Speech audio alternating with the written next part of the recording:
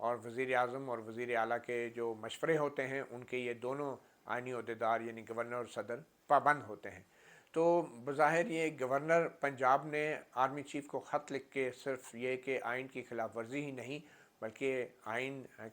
کی سنگین غداری کے بھی مرتکب ہوئے ہیں، کیونکہ سیاسی سرگرمیوں میں، اور وہ گورنر اچھی طرح جانتے ہیں کہ ان کا اپنا حلف بھی اور فوج کا بھی جو حلف ہوتا ہے وہ کسی قسم کی سیاسی سرگرمیوں میں حصہ نہ لینے کا ہوتا ہے۔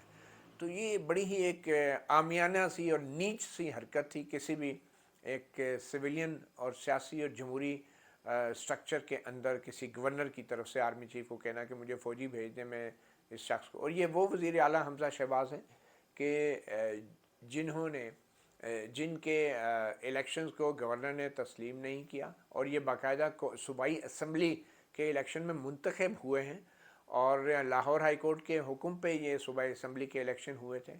اور یہ وہ گورنر ہیں جنہوں نے جو پرانے وزیر اعلیٰ ہیں ان کا استعفیٰ بھی ماننے سے انکار کر دیا اور کہا کہ وہی میرے وزیر اعلیٰ ہیں، اور وہ وزیر اعلیٰ خود نہیں کہہ رہے کہ میں وزیر اعلیٰ ہوں، یہ گورنر کچھ زیادہ ہی۔ تو مقصد صرف یہ ہے کہ آئینی جو عمل ہے اس کو سبوسار کرنا، اس کو سبوٹاج کرنا، مذاق بنانا، اس حکومت کے کاموں میں رکھنا ڈالنا، اور بدتمیزی اور بد تہذیبی جو اس گورنر کی طرف سے دکھائی گئی، یہ بھی ہماری ایک سیاسی عمل کی جو تاریخ ہے اس کا ایک حصہ رہے گی۔ مگر یہ تو ایک چھوٹے میاں تھے، تو ہم گورنر عمر سرفراز چیمہ کی اس حرکت پہ پریشان ہو رہے تھے۔ جو بڑے میاں ہیں، جو ان کے لیڈر ہیں، جو ان کے سیاسی پیر ہیں، جی عمران خان صاحب سابق وزیر اعظم، وہ تو ان سے بھی 2 ہاتھ آگے نکلے ہیں۔ وہ کہتے ہیں نا چھوٹے میاں تو چھوٹے میاں، بڑے میاں سبحان اللہ۔ تو وہ جو بڑے میاں ہیں، بڑے پیر عمران خان صاحب ہیں، انہوں نے یہ حرکت کی ہے کہ پوڈ کاسٹ میں انٹرویو دیتے ہوئے کہتے ہیں کہ جی پچھلے سال جولائی میں اس وقت کے D G I S I general Faiz کو اس لیے نہیں ہٹانا چاہ رہا تھا کہ ایک تو افغانستان میں سول وار کا خطرہ تھا اور میں چاہ رہا تھا کہ ان کی موجودگی، اور دوسرا یہ کہ ہماری حکومت کے خلاف بھی سازشیں ہو رہی تھی۔ تو ڈی جی آئی ایس آئی جو ہوتا ہے وہ کسی بھی حکومت کی آئیز اور ایئرز ہوتے ہیں۔ تو یعنی جنرل صاحب جو ہیں آئی ایس آئی کے سربراہ عمران خان صاحب یہ کہہ رہے ہیں کہ ان کو اس لیے نہیں ہٹانا چاہ رہا تھا کہ وہ میری حکومت کو بچاتے،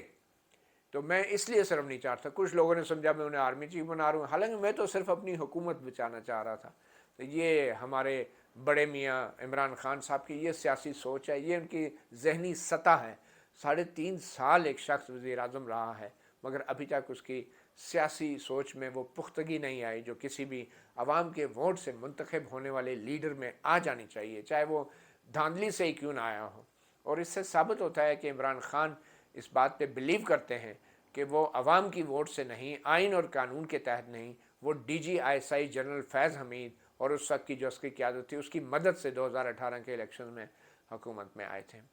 تو عمران خان صاحب نے تو اپنی ذہنیت اور سوچ ہمیشہ سے واضح رکھی ہے، ابھی بھی وہ اس بات پہ انہیں اعتراض نہیں ہے کہ ان کو غیر آئینی طریقے سے ہٹایا گیا۔ وہ یہ نہیں کہتے کہ عدم اعتماد جو ہے وہ غیر آئینی تھی، وہ یہ کہتے ہیں کہ مجھے جو ہے سازش کر کے ہٹایا گیا ہے۔ ان کے ذہن میں سازش ہی ہے، کیونکہ وہ ایک سازش کے تحت ہی لائے گئے تھے، اور جو لوگ ان کو سازش کر کے لائے تھے اب عمران خان ان کے خلاف ہیں اور کہہ رہے ہیں انہوں نے مجھے سازش کر کے ہٹایا ہے۔ تو یہ وہ سازشی بندہ ہے سابق وزیر اعظم جس کو سازش کے علاوہ کچھ نظر نہیں آتا، اس کو اس بات کی کوئی فکر نہیں ہے کہ آئین، جمہوریت اور جو آئین کی قانون کی بالادستی ہے، پارلیمنٹ کی بالادستی ہے، ان کو کسی غیر جمہوری طریقے سے یا غیر آئینی طریقے سے ہٹایا گیا۔ وہ کہتے ہیں اور ابھی بھی کہہ رہے ہیں کہ اپنی غلطی درست کر لیں، یعنی مجھے سازش کر کے پھر واپس لے آئیں، اپنی غلطی کیسے درست کر لیں؟ اب وہ کہہ رہے ہیں الیکشن کرائیں۔ اب الیکشن آپ کو اس لیے ہٹایا گیا تھا آئین کے تحت عدم اعتماد کی تحریک لا کر کہ فوری الیکشن کا، اور یہ الیکشن کرانے کا اختیار تو آئین میں وزیر اعظم کو دیا ہے۔ آپ کرا لیتے الیکشن عدم اعتماد کی تحریک دائر ہونے سے پہلے کرا لیتے، کیونکہ وہ دائر ہونے کے بعد تو آپ اسمبلی نہیں توڑ سکتے، الیکشن نہیں کرا سکتے، آپ اعلان ہی کر دیتے، لیکن آپ نے کہا نہیں، اور پھر ضد کی یہ ثابت کرنے کے لیے کہ آدھی سے زیادہ پارلیمنٹ غدار ہے، ان کا ٹھیک ہے مجھے عدم اعتماد کے تحت نکالا جائے، حالانکہ کوئی بھی عزت دار سیاستدان جو ہے پارلیمنٹ سے جوتے کھا کے نہیں نکلتا عدم اعتماد کی تحریک کی شکل میں، ساری عمر کے لیے اس کے اوپر ایک سیاہ دبا رہ جاتا ہے، اور انٹرنیشنلی اس کو کہتے ہیں کہ disgraced out of his office by the parliament, parliament نے اس کو مسترد کیا ہے، وہی پارلیمنٹ جو 2018 میں ایک آپ کو وزیر اعظم جس نے بنایا تھا اسی پارلیمنٹ نے 2022 میں آپ کو ڈسگریس کر کے نکالا اور آپ کو نااہل قرار دے کہ آپ پہ عدم اعتماد کا اظہار کیا۔ تو بہرحال عمران خان جو ہیں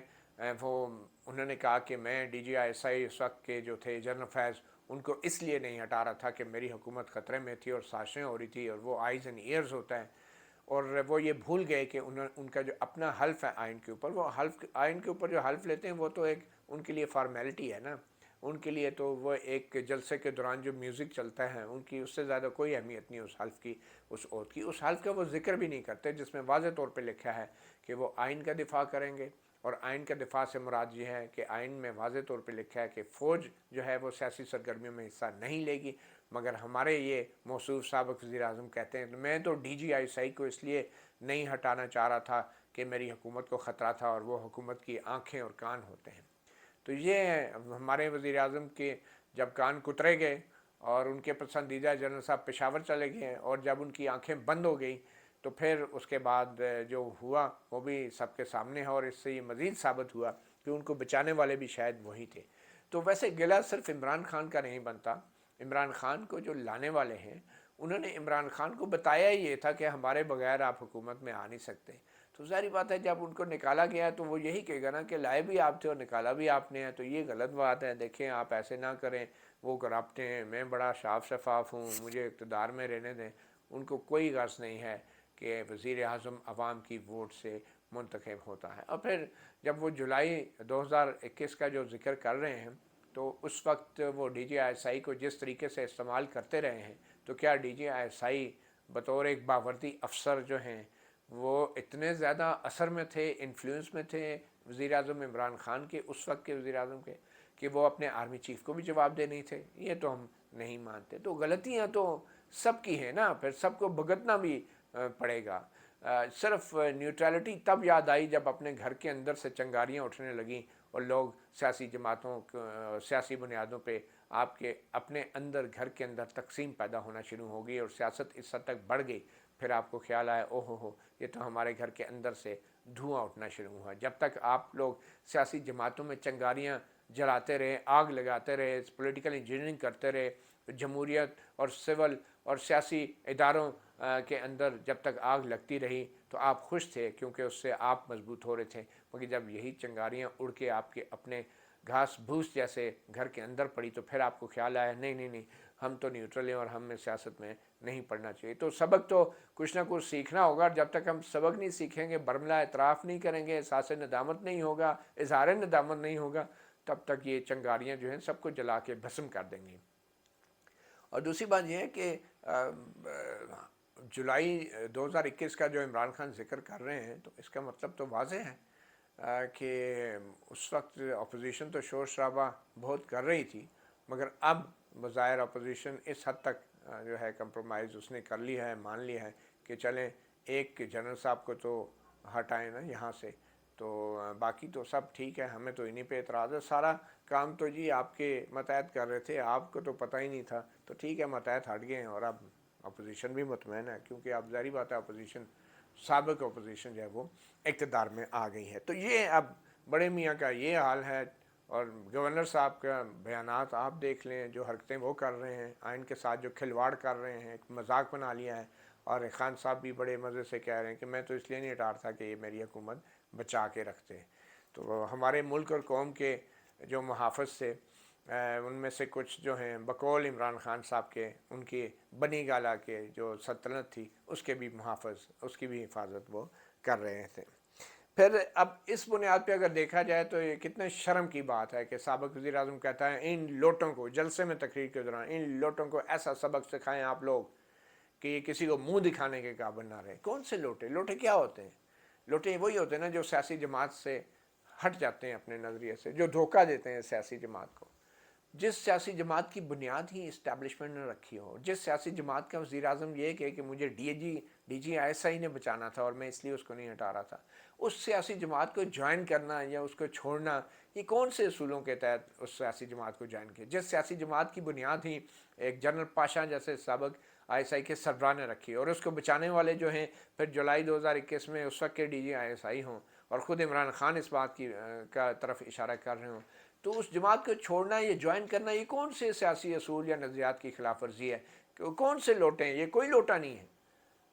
اگر 2018 میں اور پھر جولائی 2021 میں بقول عمران خان کے ان کی حکومت کو کی جو آنکھیں اور کان تھے وہ ڈی جی آئی ایس آئی تھے، تو پھر ایسی جماعت کو تو شرم آنی چاہیے کسی اور کو لوٹا کہتے ہوئے، کہ جب آپ کی جماعت اور آپ کی حکومت کی بنیاد ہی لوٹوں پر ہو اور آپ کو لوگ ادھر ادھر سے اکٹھے کر کے دوسری پارٹیوں سے توڑ کے دیے ہوں، تو آپ کس منہ سے لوگوں کو کہہ رہے ہیں کہ بھئی یہ لوٹے ہیں اور ان کو منہ دکھانے کے قابل نہیں چھوڑنا آپ لوگوں نے جب یہ آپ کے پاس آئیں گے؟ کون سے نظریات؟ یا تو آپ نظریاتی بنے نا، پھر آپ یہ نہ کہنا کہ میری حکومت کو ڈی جی ایس آئی نے بچانا تھا، پھر آپ یہ باتیں تو یہ دعوے تو مت کریں نا کہ یہ سیاسی جماعت کو چھوڑنے والے لوٹے ہوتے ہیں۔ آپ کی سیاسی جماعت ہے ہی کیا؟ آپ کی سیاسی جماعت کا حال یہ ہے کہ اس کا لیڈر کہتا ہے کہ میری حکومت جو ہے وہ ڈی جی ایس آئی کے ایک تعیناتی یا اس کے اوپر ڈپینڈ کرتی ہے میری حکومت۔ تو میرے خیال میں دوسروں کو لوٹا کہنے سے پہلے آپ اپنے لوٹوں پہ بھی ذرا پیچھے ہاتھ مار کے دیکھ لیجئے کہ وہ ان کی کنڈیشن کیا ہے، اور اپنی سوچ کو اور اپنے نظریات کو پہلے آپ آئین کے مطابق بنائیں، قانون کے مطابق بنائیں، اپنے آئینی حلف کے مطابق بنائیں، پھر آپ دوسروں کو لوٹا قرار دیں۔ پھر آخر میں بات کرتے ہیں جی، وہ ایک ویڈیو کا ذکر ہے جی، ویڈیو آ رہی ہے اور پتہ نہیں کس کی ننگی ویڈیو ہے اور عورت کے ساتھ ہے، مرد کے ساتھ ہے۔ ایک تو ہم یوٹیوبر بھی ماشاءاللہ اچھل اچھل کے جو ہے شروع ہو جاتے ہیں، اور میں اس چیز پہ بات نہیں کرنا چاہ رہا تھا، لیکن بات یہ ہے کہ کچھ ہمارے دوست صحافی بھی ابھی تک کہیں کوئی ویڈیو نہیں ہے، کچھ بھی نہیں ہے، لیکن اس میں یوٹیوبرز کا قصور بھی شاید اتنا نہیں ہے۔ خود جو عمران خان کے جو سابق وزراء ہیں جو ان کے لیفٹ اور رائٹ پہ بیٹھتے ہیں، وہ خود ہی شروع ہو گئے، کیونکہ ڈیپ فیک ویڈیو ہے، عمران خان کی تصویر استعمال ہوگی، کوئی گلیز ویڈیو ہے، کوئی گندی ویڈیو ہے، یہ کوئی پروپیگنڈا ہے، کردار کشی ہے، کریکٹر اسیسینیشن ہے۔ پی ٹی آئی والے خود ہی کہنا شروع ہو گئے ہیں کہ جی ہمارا لیڈر کے بارے میں اگر کوئی ویڈیو ہے تو وہ ہوگی گندی، مطلب بڑا اعتماد ہے ان کو اپنے لیڈر پہ۔ اور بھائی ویڈیو کسی قسم کی ہو سکتی ہے، آپ یہ کیوں کہنا چاہ رہے ہیں کہ بھائی وہ فیس بدلا ہوا ہے اس میں؟ کیوں فیس کس لیے بدلا جاتا ہے جب کوئی گندی ویڈیوز کے لیے کیا جاتے ہیں؟ تو بہرحال ایک تو اپنے صحافی دوستوں کو بھی احتیاط کرنی چاہیے، استعمال نہیں ہونا چاہیے، ہائپ کریٹ کرنے کے لیے خاص طور پہ استعمال نہیں ہونا چاہیے، اور پھر بڑی ایکسکلوسیو اور بڑے طریقے سے جی میری یہ خبر ہے کہ جی خاتون کی، میری دوسرا کہتے ہیں جی میری یہ خبر ہے کہ وہ کوئی مرد کے ساتھ۔ اب اس طرح کے جب ولاگز ہوں گے تو پھر ڈیفینیٹلی جرنلزم کا ساکھ بھی متاثر ہوگی۔ مگر پھر آگے چلتے ہیں، یہ ویڈیو کسی سیاسی لیڈر کی نہیں ہے، یہ کسی اگر کوئی ہوئی بھی تو یہ کوئی سیاست کا ننگ پن نہیں ہے، کسی سیاستدان کی ننگی ویڈیو نہیں ہوگی۔ یہ ویڈیوز ہمارے ان اداروں کی، ان اسٹیبلشمنٹ کی اگر کوئی ایسی ہوئی ننگی ویڈیو ہوگی کہ جو جس ویڈیو کے اندر صرف کوئی ایک سیاستدان نہیں بلکہ پوری اسٹیبلشمنٹ ننگی نظر آ رہی ہوگی، اور ہمارا یہ نظام جو 75 سال سے جس طریقے سے سیاستدانوں کو ایسی ہی ویڈیوز کے ذریعے بلیک میل کیا جاتا رہا، یہ ہمارا پورا سیاسی نظام جو ہے وہ ننگا ہوگا اس ویڈیو میں، اور پھر وہ ادارے ننگے ہوں گے جو یہ ویڈیوز بناتے رہے ہیں۔ اور وہ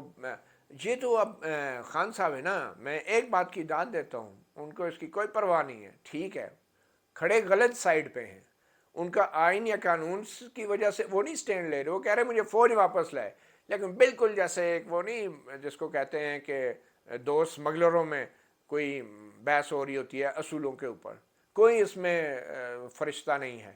مگر خان صاحب ایک بات کی داد دینی پڑتی ہے کہ وہ کہتے ہیں میں بلیک میل نہیں ہوں گا، بالکل نہیں ہونا چاہیے کسی سیاستدان کو،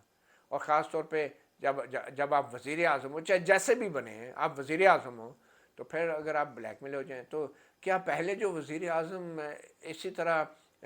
کمپرومائز کرتے رہے اسٹیبلشمنٹ کے ساتھ، ان کی بھی کوئی ویڈیوز تھی کہ وہ کمپرومائز کرتے رہے،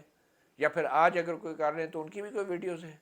تو اس کا مطلب یہ ہے کہ ہماری سیاسی قیادت ہمیشہ ویڈیوز کے ذریعے کنٹرول ہوتی رہی ہے، بلیک میل ہوتی رہی ہے، اور اب بھی جو ویڈیو لانے والے ادارے ہیں وہ بنیادی طور پہ یہ ان کی اپنی ننگی ویڈیو ہے، کسی سیاستدان کی نہیں۔ اور تو لوگوں کو اس حد تک تو میں ایگری کرتا ہوں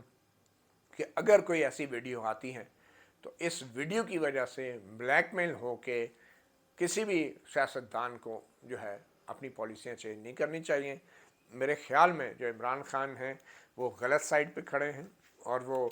غلط دروازوں پہ دستک دے رہے ہیں اقتدار کے ایوانوں میں داخل ہونے کے لیے. مگر جب بات ویڈیو کے آئے گی تو اس ویڈیو کی وجہ سے بالکل ان کو بلیک میل نہیں ہونا چاہیے. مگر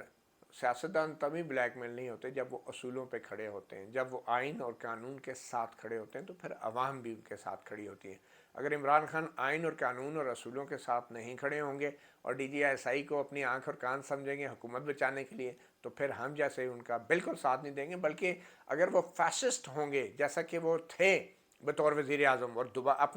اپنی پالیسیوں پہ اگر وہ نظر ثانی نہیں کریں گے, تو پھر ہم جیسے لوگ بھی جو ہیں عمران خان صاحب کے ساتھ کھڑا ہونا بہت مشکل ہو جائے گا. اور پھر ڈیفینیٹلی اس طرح کی جو گھٹیا جو ویڈیوز ہیں اور جو گھٹیا ویڈیو بنانے والے لوگ ہیں, پھر ان کے مقابلہ کرنا بھی انٹیلیجنشیا کے لیے اور ہم جیسے لوگوں کے لیے مشکل ہوگا. تو میں پھر یہ سمجھتا ہوں کہ جو بھی اگر کوئی ویڈیو آتی ہے تو جب تک وہ قانون کی عدالت میں پیش نہیں کی جا سکتی, جب تک ویڈیو بنانے والا عدالت کے اندر گواہی نہیں دے گا کہ یہ ویڈیو میں نے بنائی ہے, جیسا کہ سپریم کورٹ کے سابق چیف جسٹس آصف سعید کھوسہ جو ہیں وہ جج ارشد ملک کی ویڈیو کے بعد وہ ایک فیصلہ لکھ کے چلے گئے تھے کہ ویڈیو ایسی ہوگی تو ویسے ہوگی تو ثبوت ہوگا, اس طرح نہیں پیش ہو سکے گی. یہ اس کے بڑے سخت معیار مقرر کر کے تھے. ان کے مقاصد یہی تھے کہ وہ پناما والا جو پورا ایک ڈرامہ تھا اس کے ججوں کے فیصلے کو تحفظ دینا, تاکہ ارشد ملک صاحب کو مزید نہ ایکسپوز کر دیں بہت کچھ, اور وہ پھر کرونا کی وجہ سے بظاہر اللہ کو پیارے بھی ہو گئے. تو جسٹس سابق چیف جسٹس آصف سعید کھوسہ کے سپریم کورٹ کے ایک فیصلے کے بعد اب ویڈیوز کو بطور ثبوت جو ہے عدالت میں پیش کرنے کے لیے بڑا سخت معیار اور کڑا معیار مقرر کیا گیا ہے. تو اگر ایسی ویڈیو کوئی آتی بھی ہے تو پھر اگر وہ عدالت میں نہیں پیش کی جا سکتی تو اس کا مطلب یہی ہوگا کہ اسٹیبلشمنٹ بھی یا پھر جس نے ویڈیو بنائی ہے وہ لوگ وہ ادارے اپنی عادتوں سے باز نہیں آئے اور وہ آئین اور قانون اور جمہوریت کی وجہ سے یہ سب کچھ نہیں کر رہے. وہ ابھی بھی اقتدار کی رسا کشی میں ایک بہت اہم فریق ہیں, اور ان کی جو نیوٹرلٹی ہے وہ بھی وقت کی مجبوری ہے, کیونکہ اپنے گھر کے اندر سے چنگاری اٹھ رہی ہیں. یہ آخری چند مہینے بہت اہم ہیں. کچھ اینکر حضرات جو کسی زمانے میں اسٹیبلشمنٹ کے بوٹ چاٹتے تھے, آج کل وہ نام لے کے آرمی چیف کا ان کو کہہ رہے ہیں کہ آپ اس کے ذمہ دار ہیں. یہ بہت ہی ایک خطرناک انڈیکیشن ہے, اور انڈیکیشن یہی ہے کہ ایسے اینکروں اور صحافیوں کو جو اب آرمی چیف کا نام لے رہے ہیں, ان کو کسی نہ کسی کی آشیرواد حاصل ہے. اور یہ وہ لوگ ہو سکتے ہیں جو یہ چاہتے ہیں کہ آرمی چیف پہ دباؤ ڈال کے وہ اگر اس وقت وہ ریزائن کرتے ہیں یا گھر جاتے ہیں تو شاید اس وقت سیٹ خالی ہونے کا فائدہ کسی مخصوص لابی کو ہوگا, اور اگر نومبر میں اپنے وقت پہ وہ جاتے ہیں ریٹائر ہوتے ہیں تو اس وقت جو ہے ان کے ریٹائرمنٹ کے اوپر جو فائدہ ہے وہ شاید کسی دوسری لابی کو ہو سکتا ہے. تو اس لیے میرے خیال میں یہ وقت ہے کہ جو فوج کی چین آف کمانڈ ہے اور جو انٹیگریٹی ہے اس کے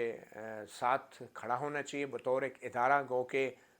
جو موجودہ چین آف کمانڈ ہے اس کے ماضی کے حوالے سے کوئی ریکارڈ اتنا اچھا نہیں ہے, مگر ادارے کی انٹیگریٹی کے لیے ضروری ہے کہ ایسے منافق اینکروں اور تجزیہ کاروں کا ڈٹ کے مقابلہ کیا جائے جو کسی کی آشیرواد کے اوپر, کسی کی شے کے اوپر جو ہے اور اپنے کسی ذاتی مفاد کی خاطر جو ہے وہ ادارے کے جو قیادت ہے اس پہ انگلیاں اٹھا رہے ہیں. مطیع اللہ جان, ایم جے ٹی وی سے اتنا ہی, اجازت دیجیے, اللہ حافظ.